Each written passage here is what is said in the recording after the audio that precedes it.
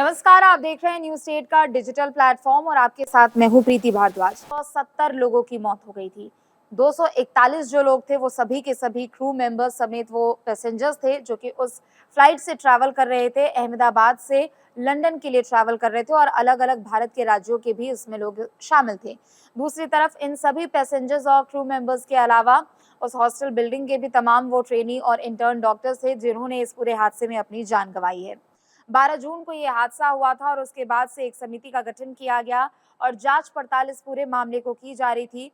Higher committee यहाँ पर बनाई गई जिसके बाद ये पता लगाने की कोशिश थी कि आखिर ये हादसा कैसे हुआ, कहाँ पर सबसे ज्यादा चूक हुई, क्या कोई इसमें मैनुअल फॉल्ट था या फिर कुछ इंजन में तकनीकी ऐसी खराबी थी। हर एक पहलू की जांच पड़ताल यहाँ पर की जा रही है। बोइंग 7878 ये दोनों जो मॉडल्स है वो दरअसल ड्रीम लाइनर के हैं।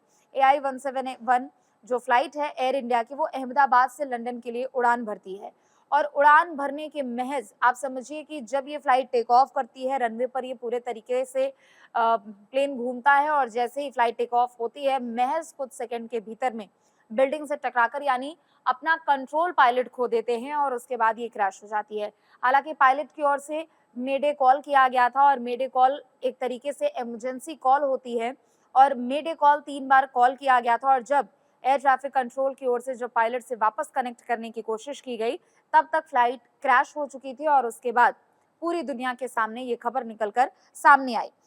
लेकिन आप ये समझिए कि किसी भी फ्लाइट्स में हेलीकॉप्टर में जो ब्लैक बॉक्स होता है वो सबसे सेफेस्ट माना जाता है, यानी जो फ्लाइट के अंदर जितनी भी गतिविधियां हो रही है, जो कॉकपिट्स की आवाज है, जो क्रू मेंबर्स आपस में बात कर रहे हैं, जो भी वो इंस्ट्रक्शंस दे रहे हैं, हर एक हरकत को उसमें मॉनिटर किया जाता है और उसमें पूरा रिकॉर्ड होता है। लेकिन अगर इस पूरे मामले में अगर हम बात करें तो आपको याद होगा कि इससे पहले भी दरअसल जो रिपोर्ट आई थी, जो 35 पन्नों की रिपोर्ट आई थी और उसमें ये बताया गया था कि कॉकपिट की आवाज़ तो उसमें रिकॉर्ड हुई है, जिसमें दोनों पायलट्स जो सुमित सभरवाल हैं और क्लाइन कुंदर जो हैं, वो दोनों आपस में बात करते हैं, दोनों को अच्छा खासा एक्सपीरियंस भी है। सिर्फ ड्रीम लाइनर की बात करें तो इन लोगों ने काफ़ी हज़ार घंटे तक सेवाएँ अपनी दी है और काफ़ी अच्छा खासा इन दोनों को अपना एक्सपीरियंस भी है। ऐसे में इन दोनों की बातें रिकॉर्ड हुई थी। दोनों पायलट्स आपस में बातचीत कर रहे थे जिसमें दोनों एक-दूसरे से पूछते हैं कि क्या फ्लाइट का फ्यूल तुमने बंद किया है? इंजन में जो फ्यूल जाता है, क्या वो तुमने बंद किया है? तो दूसरे पायलट कहते हैं कि नहीं, उन्होंने बंद नहीं किया है। लेकिन वो जो पूरी गतिविधि जो ब्लैक बॉक्स में रिकॉर्ड हुई थी, उसमें ये बताया जा रहा है कि जैसे ही जब सुमित सभरवाल की ओर से ये पूछा गया कि क्या फ्यूल सप्लाई तुमने बंद की है? तो जो उनके को-पायलट थे यानी फ्लाइट कुदनर जो को पायलट थे उनके, उनकी ओर से काफ़ी ज़्यादा जवाब नहीं दिया गया। उन्होंने कहा कि नहीं, उन्होंने बंद नहीं किया है और एक थोड़ा टेंस माहौल हो गया था। इतनी हालाँकि गतिविधियाँ इसमें रिकॉर्ड हुई थी और उसके बाद जो प्रारंभिक रिपोर्ट आई थी उसमें साफ तौर पर ये बताया गया था कि शायद कुछ मैनुअली फ़ॉल्ट इसमें हो सकता है। क्योंकि अगर फ्यूल की सप्लाई बंद कर दी गई होगी तो फ्यूल इंजन तक नहीं पहुँचा होगा, नतीजन टेक ऑफ करने के महज़ कुछ सेकंड के भीतर ही फ्लाइट क्रैश हो जाती है। इसके बाद इस पूरे मामले में जब जांच पड़ताल की गई, ये जो पूरा रिपोर्ट था दरअसल उसको सार्वजनिक करने का काम किया गया और फिर जब जांच पड़ताल की गई तो उसमें ये निकल कर सामने आया कि इंडियन स्टैंडर्ड टाइम के अनुसार यानी भारत के समय अनुसार 13:39:05 पर यानी 1:39 पर 5 सेकंड पर अ, ये विमान आया, यानी वो टेक ऑफ करने के लिए हुआ और सिर्फ 6 सेकंड के भीतर यानी 1:39:11 सेकंड्स पर ये फ्लाइट क्रैश हो गई और उसके बाद ठीक समय पर जो ब्लैक बॉक्स की रिकॉर्डिंग थी वो बंद हो गई थी। ब्लैक बॉक्स फ्लाइट की हर एक गतिविधियों को रिकॉर्ड करता है, कोई अगर उसमें लोग बातचीत भी करते हैं, जो सिस्टमैटिकली अगर हम देखें तो उनको भी रिकॉर्ड करता है, टेक्निकली भी रिकॉर्ड करता है। लेकिन जो अब रिपोर्ट सामने आई है उसमें दरअसल ये बताया जा रहा है कि ब्लैक बॉक्स में जितनी भी रिकॉर्डिंग है, उसमें बस आखिरी के 10 मिनट की रिकॉर्डिंग नहीं है। अगर 1:39 पे फ्लाइट क्रैश हुई है, तो यानी वो 1:29 के बाद से जितनी भी रिकॉर्डिंग है उस फ्लाइट की वो उसमें उपलब्ध नहीं है। आप समझिए कि पल-पल का अपडेट जो कि ब्लैक बॉक्स में रिकॉर्ड होता है और 10 मिनट का रिकॉर्डिंग अगर उसमें ना हो तो शक ज़रूर बढ़ जाएगा। आशंका अब यहाँ इसी वजह से सामने आ रही है, गड़बड़ी की आशंका जताई जा रही है चूँकि 10 मिनट का पहली बात तो ये रिकॉर्डिंग उसमें नहीं है और क्रैश के बाद जो रिप्स सिस्टम है उससे दरअसल ब्लैक बॉक्स में रिकॉर्डिंग होनी चाहिए थी। लेकिन चूंकि फ्लाइट बहुत बुरे तरीके से क्रैश हो चुकी थी तो ऐसे में वो रिप्स सिस्टम के जरिए भी इसमें रिकॉर्ड नहीं हो पाई। अब देखिए, जो दरअसल रिप्स से रिकॉर्डर को जो पावर सप्लाई जाती है वो भी बंद हो गई थी। यानी आप समझिए कि जो गड़बड़ी का शक है वो कैसे बढ़ता जा रहा है। तो बोइंग 787-8 और जो ये ऐसे विमान होते हैं जो कि बहुत बड़े विमान होते हैं, बोइंग में 2 इंजन्स होते हैं। अगर एक इंजन आप समझिए कि काम नहीं कर रहा होता है तो दूसरे इंजन पे आप पूरा ट्रैवल कर सकते हैं, लेकिन वो डिपेंड करता है कि वो कितने किलोमीटर की यात्रा है। इसमें रिप्स सिस्टम दरअसल लगे हुए होते हैं, जिससे क्रैश लैंडिंग के बाद भी जो रिप्स सिस्टम होता है उसके बाद की भी जो गतिविधि होती है वो उसमें रिकॉर्ड होती है। लेकिन अगर रिप्स सिस्टम फेल हो जाए तो फिर बाकी की जो जानकारियां होती है, यानी क्रैश होने से तुरंत पहले क्या हुआ और उसके तुरंत बाद क्या हुआ, उसके बारे में कुछ नहीं पता लग पाता है। तो पहला शक तो यहाँ पर गड़बड़ी की आशंका यही जताई जा रही है कि या तो फ्यूल का पावर सप्लाई बंद कर दिया गया। दूसरी तरफ जो भी रिपोर्ट अभी शुरुआती तौर पर सामने आई है उसमें को पायलट्स की बातचीत है।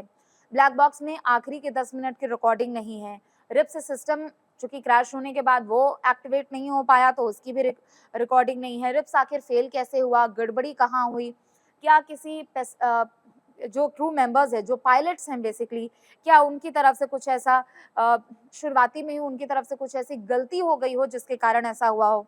लेकिन दूसरी तरफ आप ये भी समझिए कि इस पूरे हादसे के बाद हमने देखा कि जितने भी एक्सपर्ट्स हैं वो सब बता रहे हैं कि अभी तक ऐसा हादसा नहीं देखा। बोइंग की बात करें, ड्रीम लाइनर की बात करें, तो उसमें ऐसा हादसा अभी तक किसी ने नहीं देखा। एक्सपर्ट्स ये भी कह रहे हैं चूंकि ब्लैक बॉक्स में सब कुछ रिकॉर्ड होता है और आखिरी के 10 मिनट की अगर रिकॉर्डिंग उसमें उपलब्ध नहीं है तो गड़बड़ी शायद हो सकती है। हालांकि ये अभी सिर्फ आशंका के तौर पर देखा जा रहा है, लेकिन दूसरी तरफ अब संदेह भी है कि आखिर क्या हुआ होगा। विदेशी मीडिया की बात करें तो विदेशी मीडिया की ओर से एक खबर चला दी गई और पूरा एक तरीके से पूरा जो दोष है वो दरअसल एक तरीके से दोनों पायलट्स पर ही मढ़ दिया गया। लेकिन दुर्भाग्यवश दोनों पायलट्स भी इस हादसे में जिंदा नहीं बचे। 242 यात्री चूंकि उसमें सवार थे और ऐसे में सिर्फ एक शख्स की जान बची है और इसके अलावा बाकी सभी के सभी 241 यात्री जो हैं उनकी मौत हो चुकी है। लेकिन दूसरी तरफ जो दोनों पायलट्स हैं, एक तरफ चाहे हम सुमित सुब्रवाल की बात कर ले और फिर दूसरे अगर हम पायलट्स की बात कर ले क्लाइव कुंदर, वो दोनों उनके घर पर जब जाने की कोशिश की गई, मीडिया की टीम जब उनके पास जाने की कोशिश की तो फिर पता लगा कि वो दोनों अपने अपने घरों से जा चुके हैं। क्योंकि एक तरीके से ये नैरेटिव विदेशी मीडिया की ओर से सेट कर दिया गया कि पायलट्स की इसमें भूमिका है। हालांकि जितने लोगों ने सुमित सब्रवाल हो या फिर क्लाइव कुंदर हो, उनके साथ जितने लोगों ने काम किया है उन सभी लोगों ने बताया कि उनका एक अच्छा खासा एक्सपीरियंस है और वो नए नहीं थे। पायलट की फील्ड में वो नए नहीं थे। चूंकि सिर्फ अगर बोइंग की हम बात करें तो बोइंग 787 पर सुमित सब्रवाल ने लगभग 8,596 घंटे बिताए हैं।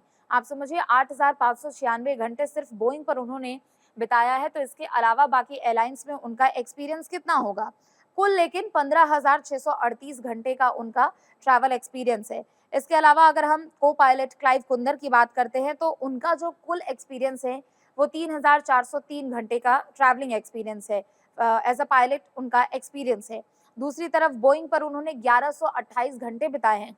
यानी कुल मिलाकर दोनों जो पायलट्स हैं वो काफ़ी ज़्यादा ट्रेंड थे, काफ़ी ज़्यादा वो एक्सपीरियंस थे और ऐसे में पायलट की तरफ से कहीं से ऐसी गलती होना कि फ्यूल सप्लाई बंद कर दिया गया होगा, ब्लैक बॉक्स में रिकॉर्डिंग नहीं है, रिप्स सिस्टम बंद हो चुका है, तो ये संदेह के घेरे में तो नहीं आना चाहिए। चूंकि एक अच्छे खासे एक्सपीरियंस्ड वो लोग हैं और उन्होंने बोइंग पर ही अकेले कितना ज़्यादा ट्रैवल किया है। लेकिन दूसरी तरफ इस पूरे मामले में जांच पड़ताल इसलिए भी तेज कर दी गई है कि सिर्फ भारत के लोग उसमें सवार नहीं थे। 53 जो थे वो ब्रिटेन के लोग थे, 7 पुर्तगाल के लोग थे और एक कनाडाई नागरिक भी थे और कुल मिलाकर 242 लोग उस प्लेन में सवार थे, जिनमें 10 तो क्रू मेंबर्स थे। सिर्फ एक शख्स की जान बची है और ये जो हादसा हुआ है ये बेहद खतरनाक हादसा हुआ है। बोइंग की हिस्ट्री में इसको सबसे बड़ा हादसा अभी तक बताया जा रहा है। तो ये जांचना भी बहुत ज़रूरी होगा और ये जानना भी बहुत ज़रूरी होगा कि हादसे के पीछे की आखिर असल वजह क्या है। फिलहाल के लिए इतना ही। आप देखते रहे न्यूज़ स्टेट। नमस्कार। जहां भक्ति है हर शब्द में, कथाओं में छुपे हैं दिव्य रहस्य और ज्योतिष देता है जीवन को दिशा। धर्म से जुड़ी हर बातों को जानने के लिए हमारे चैनल स्तुति को सब्सक्राइब करें। चैनल पर जाने के लिए इस लिंक पर क्लिक करें।